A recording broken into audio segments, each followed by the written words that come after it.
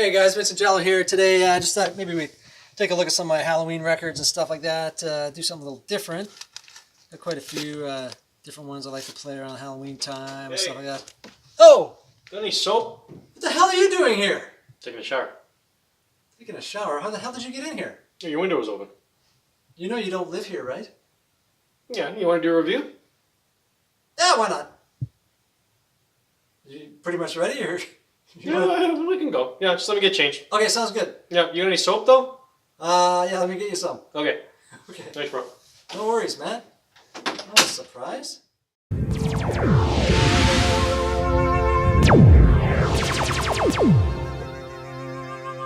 Yeah, guys. So I mean, this is 2016 Justin Seaman film called The Barn. I love everything about this film. It was good. The 80s metal, VHS aesthetic, the whole thing. The music's boss. I love this. Really I would awesome. buy the album. I didn't. Oh, it just sucked me in right when it starts out. I was like, oh yeah, I'm gonna like this. I'm not going to sell you my copy. Oh, okay. I'll buy my own. It's so good, man. I mean, it really is. Yeah, just a brief synopsis. Mm-hmm. So the movie starts out in this small country, farm, kind of farming town, community. Halloween, it's the harvest. And, Weary Falls. Weary Falls. 1959, and you've got the pastor, in the little church there, saying, go out tonight, guys, and blah, blah, blah. But make sure, anybody that's giving out candy will leave their jack-o'-lanterns lit. But make sure whatever you do, don't go down to the barn. Yeah. Beautiful. And they're having a hootenanny as well, but yeah, exactly. So the church is putting on a function, but don't go near the barn because I guess they have to pass it or something, right? Yeah, there's this whole legend and stuff, I guess. So of course you get these two kids wandering down, and there's lo and behold, there's a pumpkin sitting in front of the barn. What could go wrong, Because every time you see a pumpkin, that means there's candy at the door, right? Right, there it is. And so they go. Well, the boy sits back and he goes, I don't think this is right. And this girl goes up and knocks, 3 times. Mm-hmm. And you see, sure enough, these 3 characters rise from the grave, if you will. Mm-hmm. And so in this one we've got, and this is what's great about this film, guys. You've got 3 characters, 3 brand new Halloween characters. Fantastic. Yeah, with a history, with like a mythology to them now. Absolutely. It's awesome. Yeah, Boogeyman. I mean, great character. He was a miner. He's got the My Bloody Valentine, like the miner's hat on, and kind of Night of the Demons look to his face. Yeah, with Linnea Quigley. Yeah. Yes. Who plays Miss Barnhart in this? Absolutely. Mm-hmm. Pumpkin Man Jack. My favorite character. Yeah. Oh my God! Wait till you see this. Yeah. Really so good. Little flaming eyes. So original. I love it. Yeah. And each of them have like a mythology to them now. Yeah. So it's like the movie kind of blends like traditional Halloween beliefs and traditions with this made up new mythology, and it's so cool. Yeah. And it fits like spot on. Yeah. Oh, it is. It's really something to behold. And Candy Corn Scarecrow is the 3rd one. Ooh, he likes your eyes. Indeed. I mean, this is a really creepy scarecrow. Mm-hmm. Oh my gosh. And I was going to save this bit of trivia for the end, but you know what's really cool about this whole thing before we even get into it is Justin Seaman, the director. Yeah. He actually wrote this in a little series of like cartoons when he was 9 or 11. It was 9 or 11. Wow. And you see it in the extras here. You actually see the actual drawing that he drew. He created these characters when he was 9 years old. So this is his baby. Literally, yeah. I love it. Well, you did it's a great baby. and a great, so cool. I love it. So anyway, the girl gets dispatched at the beginning of 1959, Weary Falls. So fast forward 30 years, 1989. Yes. We kind of find out later, but this is like a town, a few miles away kind of thing that this kind of starts taking place in. Weary Falls? Well, Weary Falls was the original, but these guys are from a different town.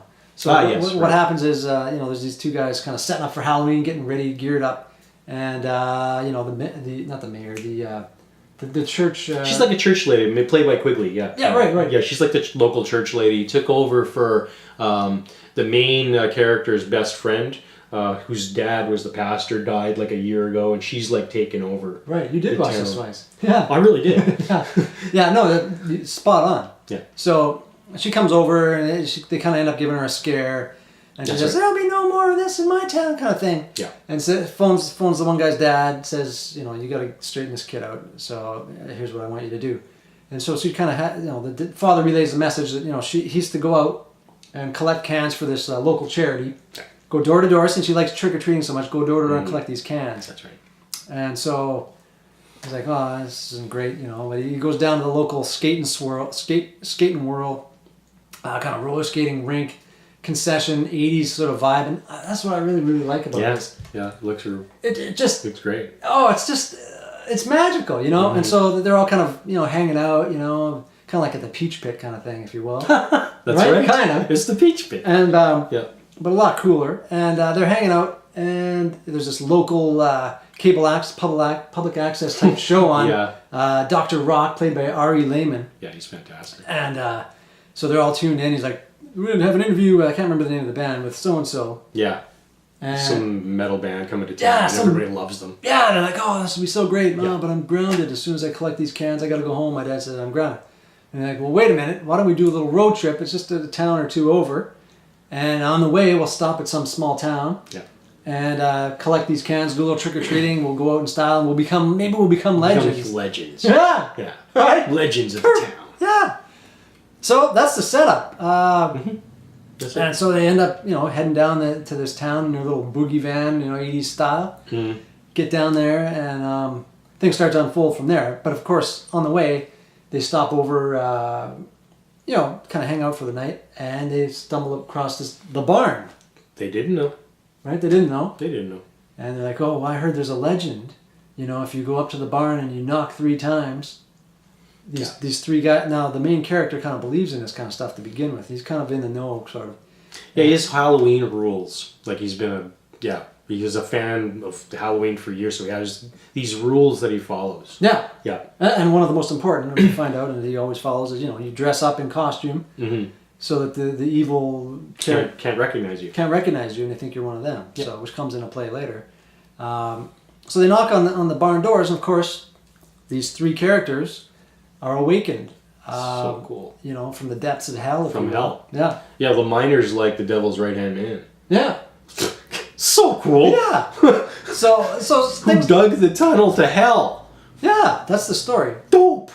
You know, and there's this one curmudgeon-y old fellow in the town who kind of, his parents were witness to this, and kind of. Yes. So he's going around always trying to smash pumpkins and kind of keep the evil at bay, and he's been doing a good job so far, but he's always getting... He's like the town net, they think. Yeah. But meanwhile, he's actually the hero. You know, he's trying to help everybody. He thinks he's a hero, anyways. Yeah. Yeah. So it kind of unfolds, and, you know, you get a lot of killings and things going on in the meantime. But the one thing that was really cool about this is towards the end, there's this...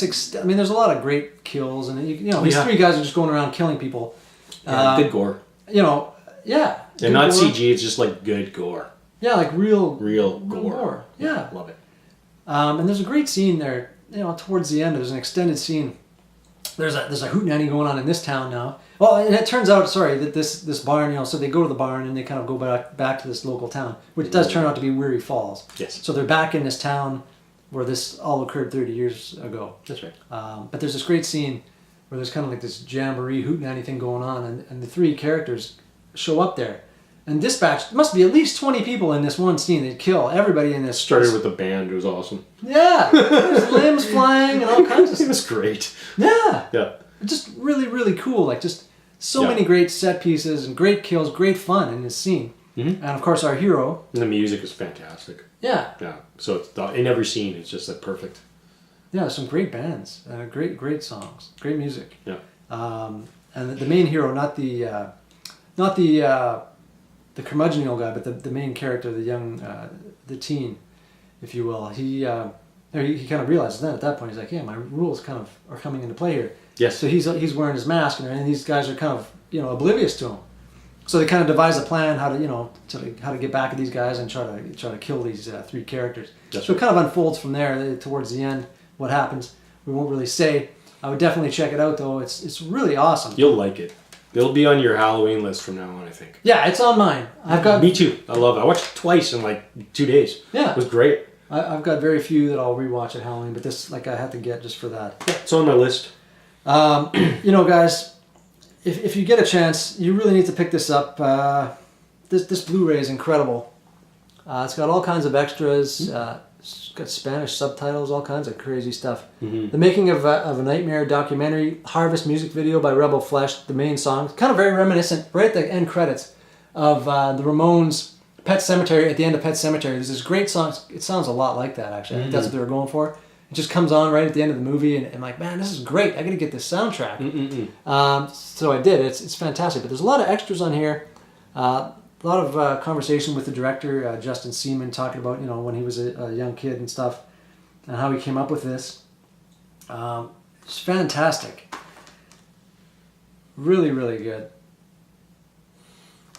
And this one here too, guys. This is the soundtrack from The Barn. Now this actually has the score by Rocky Gray, so you've got all of the beautiful pieces, the cues, the soundtrack, as well. I mean, look at that cover. As well as on the second disc, you get all the 80s metal songs. That's just dope. From all these great bands. And just, shout out to Scream Team Releasing for putting out the Blu-ray and the soundtrack CD collection here. It's fantastic. Again, the movie was produced by Nevermore Productions, directed by Justin Seaman. But Scream Team Releasing, if you want to pick these up, head over to their website. They even have a really, really cool... I mean, I wanted to get it a little on my price range of the board game, The Barn. That really? They created. Yeah, dude. Nice. It's incredible. Like, they have the masks for sale. And, it's... Oh, really? Yeah, really. I want to see what that looks like. It's really, really cool. So, guys, check this one out. It's really, really good. And it's just a great autumnal, seasonal, fall vibe to it, and just it's really, really good, guys. And a new mythology to watch and get into. Yeah. Oh. Yeah. And they just did an Indiegogo campaign. I did donate as well. You guys should all get on there and donate a little bit. $10, I think, is the minimum. Totally worth it, because if they don't get the funding, they're not going to be producing the second film. And the one thing that we noticed at the end of the film, there's a few things that happened, but we're not sure what's moving forward, what may take place. That's true. And the one thing is, do you remember the guys, the fire chief, or like the miner's hat? I mean, sorry, came off, and it said, it had a name on it. It did. I can't remember the name now. But like, whose hat was that, and what's the deal with that? Yeah, totally. They're going to explain that in the sequel. See. And there's a few other things too. So I really like to see this, a second installment of this. And apparently, Ari Lehman and Linnea Quigley are both signed on to do it, should the movie be produced. Perfect. So, get out there, guys, and support it. It's an Indiegogo campaign, so it's The Barn 2. It should be easy to find. It may almost have closed by now. I'm not sure. But either way, check it out. Buy some of their merch. All that money, I'm sure, a portion of it goes towards the production of the second film.